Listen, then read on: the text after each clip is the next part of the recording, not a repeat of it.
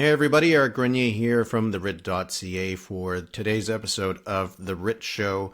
We're now at the end of the third week of this election campaign, so let's take a look at where the polls stand today. Once again, this is the aggregate that I'm running for the CBC, the poll tracker, which takes into account all the polls that have been published. And there have been a lot. There's actually been 31 polls published over the last week. And yet, not much change at all. We right now have the Liberals still leading with 43.9% across the country. The Conservatives are in second place with 37.5%. The NDP is at 8.5%. The Bloc Québécois is at 5.3%. The Greens at 2.3%. And the People's Party at 1.7%. One thing to talk about in terms of these national numbers, one is that we have the final list of candidates who will be running in the race. The Liberals, Conservatives, and the NDP are all missing one candidate, so they're running 342 out of 343 ridings.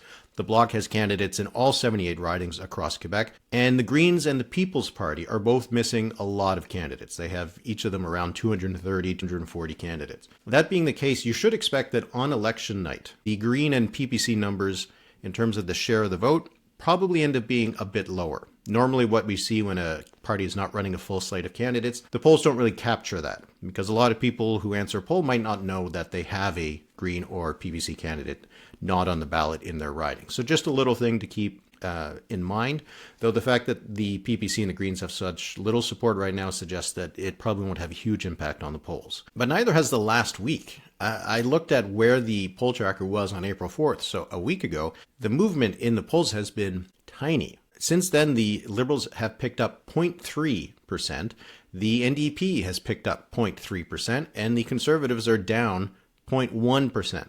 Again, we've seen almost 36 polls published in the last week, and the movement has been virtually nothing. So that means that the seat projection hasn't really changed either. Right now I'm projecting 199 seats for the Liberals, 119 for the Conservatives, 19 for the Bloc Québécois, and 5 for the New Democrats, with 1 going for the Greens. If we look at the likely ranges, which takes into account the potential for the model and the polls to have some small errors, we have between 177 to 214 seats for the Liberals, above that 172 seats required for majority government. The Conservatives between 107 and 134, so they could either lose some seats or pick up some seats, but not enough to put them in contention, at least at this stage. The Bloc Québécois is projected to win between 14 and 23 seats, so losses for them, and the NDP between 2 and 13, which would also be a loss for them. At least half of their caucus looks likely to be defeated if an election were held today. The odds, if that election were held today, still very favorable for the Liberals, an 85% chance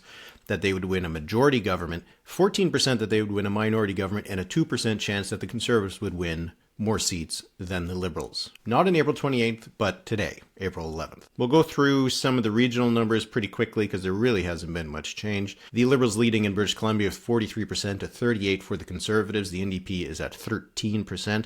In Alberta, we've seen a little bit of a narrowing of the very wide gap in that province, but the Conservatives still lead with about 56% to 31% for the Liberals and 9% for the NDP. If we move to Saskatchewan and Manitoba, we see that it's 34% for the Liberals, 49% for the Conservatives, and 13% for the NDP. In Ontario, we've seen some similar numbers over the last little while, 49% for the Liberals, 38% for the Conservatives, 8% for the NDP. And in Quebec, 42% for the Liberals, 24% for the Bloc, 23% for the Conservatives, and 6% for the NDP. And finally, in Atlantic Canada, 55% support for the Liberals, 34% for the Conservatives, and 8% for the NDP. We've seen a little bit here as well, like in Alberta, a narrowing of the gap, but that gap is still pretty wide.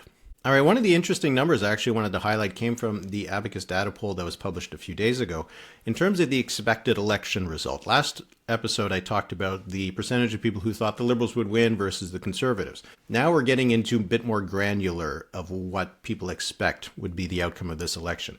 We see that most people, or the most people, think that the Liberals will win. You have 15% who think the Liberals will win easily, and 31% who say the Liberals will win, but it is close. That means 46% of Canadians think that the Liberals will win either in a big win or it'll be a close race. You see that only 7% think the Conservatives will win easily, and 16% think the Conservatives will win, but it'll be close. So there you have only 23% who think that the Conservatives will win. And then there's another 17% who say it is so close, it's more like 50-50. And you have 15% who say, I'm not sure right now. That means there's a lot of uncertainty, actually, in the Canadian electorate right now about who will win the election. You add all of these numbers up together, you get roughly 80% of Canadians who think that either the election will be relatively close or they don't know what the outcome will be. So it does show that while, if you ask people who's going to win versus who's going to lose, some people will make a gut check, but the vast majority of Canadians still think that this election is up for grabs. And it is. It's not over by any means. There's still 2 weeks to go. We got those 2 debates that I think are going to be pretty important. Either they will solidify what people already think about the leaders or change their minds about them. And if it changes their minds about them, then we could see a lot of movement in the polls in the last week and a half of this election campaign. All right, got some questions again that I want to answer. I got 2 that were more methodological questions about my projection model, so I thought I'd deal with them together. Derek Kilfoy asked, how long do you keep a poll in your list before it is dropped off, and how many polls are used to get the average? So I took a look at what polling is in the model right now, and I can tell you that there are 28 polls right now in the model that are weighted with at least 1%, that they're taking up at least 1% of the aggregate in the poll tracker model. But most of these polls are not taking up a lot of space. If we look at the polls that are taking up half the weight of the model, or at least half of the weight, we're talking about 11 polls. So really, we're only usually talking about a dozen polls that are really influencing where the model stands. Now, that is going to change as things go on, because the question was also, how long do you keep a poll in your list before it is dropped off? The answer is that technically every poll is kept in the model forever. I know that sounds kind of crazy, but how it works is that with each passing day, the date weighting of the poll is reduced. You can't ever get it to 0 because it's a percentage. It reduces by, outside of a campaign, it reduced by 5% a day. So eventually a poll becomes completely unimportant in the model, that it's worth, 0.0001%, but they technically never drop off the model.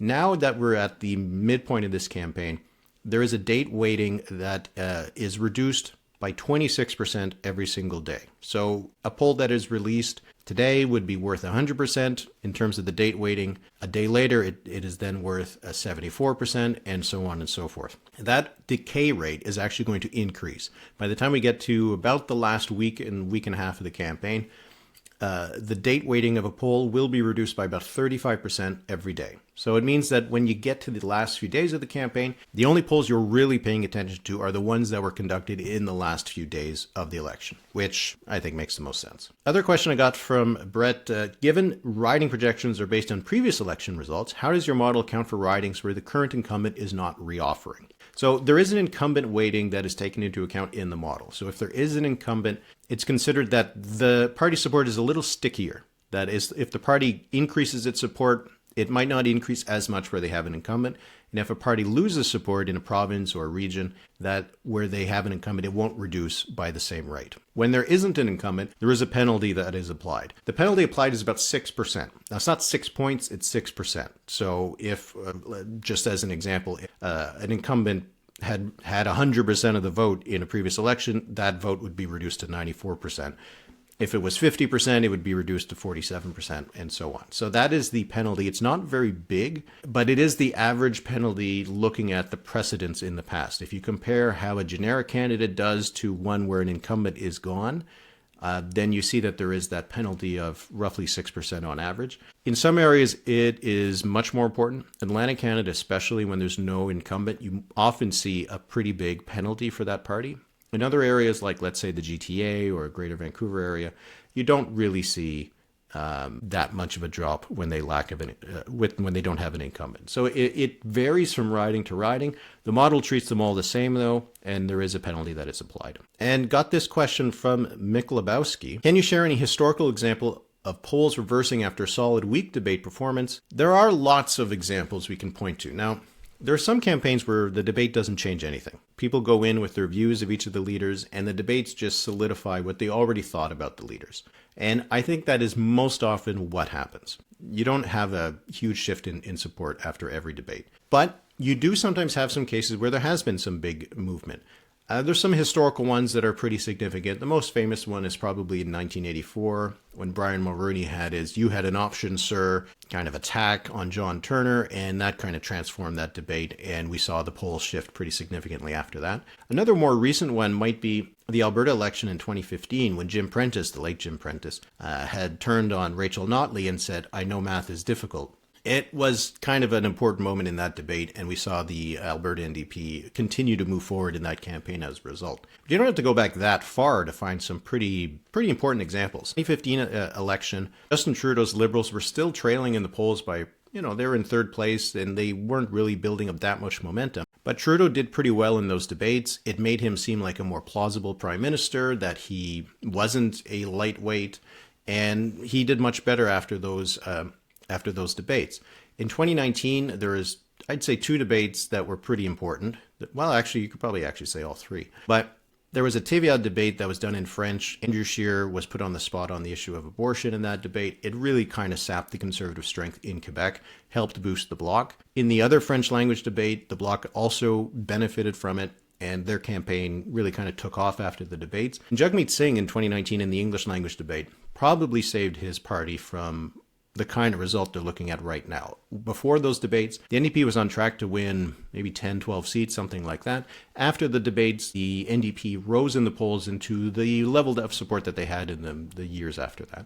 In 2021, I'd say that the most important moment in those debates was probably the English language debate for the Bloc Québécois. I know that sounds a little bit unusual, but there was a question that was asked by the moderator in that debate that had to do with Quebec identity issues, and that gave the Bloc Québécois a reason, a issue, something they were missing in that campaign. Going into it, they were losing steam. They were somewhere in the polls where they are right now. But thanks to that debate question, which a lot of Quebecers were kind of insulted by, the Bloc Québécois got back up into the 32% that they ended up on election day. And that played a role in preventing the Liberals from winning a majority. And it also played a role in saving the Bloc from losing a lot of seats. So we often do see some impact from these debates. It's not always this huge impact that changes who wins or who loses. Sometimes it can really have an impact for the smaller parties, gives them a chance, gives them a platform. But like I said, sometimes it just doesn't move the numbers at all. And that'll be the big focus for the next week. The debates are on April 16th and April 17th in French and in English. So we'll see what's going to happen out of that. Over the next few days, you can expect the same stuff from this channel. On Saturday, we'll have a new episode of Les Chiffres. We'll also have, me and Philippe, a new episode of The Numbers. That'll be only for Patreon members. If you want to hear that, you can go to thenumberspod.ca to sign up and become a member and get those bonus episodes on Saturdays. On Monday, we'll have the new episode of The Numbers. On probably Wednesday, I think it is, I'll have a new episode of the Writ podcast. And the next episode of The Writ Show, at least unless things change, things can always change. It's a dynamic situation. I'm expecting to be back on Tuesday. All right, so until then, have a great weekend, and thanks for watching.